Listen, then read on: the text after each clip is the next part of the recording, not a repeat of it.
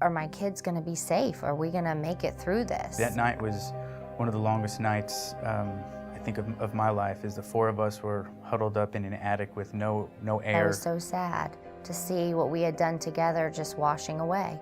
I didn't know how that was gonna be rebuilt. I noticed that our neighbor's backyard was starting to flood. We live over a mile away from the river. When it comes to a crisis, he's usually pretty calm and collected. And I knew something was wrong by the way he looked. I said, you need to start thinking of things that you need to have and you might need to have for a couple days, and anything that's important. At this point then, the neighbors all started to rally together and realize that we're trapped in this situation, and we just tried to pool resources, which was just really labor, just to go from home to home to try to move things upstairs. We used some gas grills, and everybody cleared out their freezers since they had no power anyway, and we literally were kind of camping in the street, up the street. It was kind of scary. It almost looked like a refugee camp. The next morning, you know, the sun came out a little bit, and it was like a storybook the next morning. I'll never forget, you wake up and you're hoping that it was a nightmare and it'd be over, but it wasn't. It had just begun, because then we realized what damage had really happened. Yeah, it was about 5 feet up in the house is how far. You could see the water line of how high the water had risen.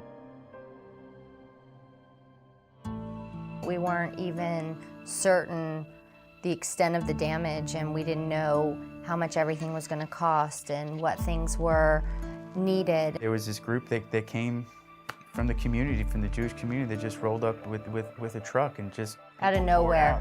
It was crazy. I tell you, it was just such a whirlwind of not even knowing what was going on, and I felt like I was in someone else's reality, because I'm still trying to assess the damage, and people were here helping and had a U-Haul truck to try to move the stuff out of there, and they were certainly a step ahead of us, knowing that what we were going to have to do. Whatever we needed, they had thought about and brought. It was unbelievable. At no point did we ever not have someone there willing to help or asking what we needed, which I've never experienced that before. What the Federation did and what the JCC and our synagogue and families around town from the community, I'll never forget what they gave us. This was not just the Jewish Federation of Nashville and Middle Tennessee. This was national. The support came from communities, Jewish communities across the country. After we saw how incredible people were during that time and how they gave to us so willingly, selflessly as well, it really has brought something to our lives where we look forward to being able to give back. We realize the importance of getting involved ourselves, and it's what we want to be able to do, and it helps us feel like we're contributing in some way, paying back what is given to us. It planted our roots in the community.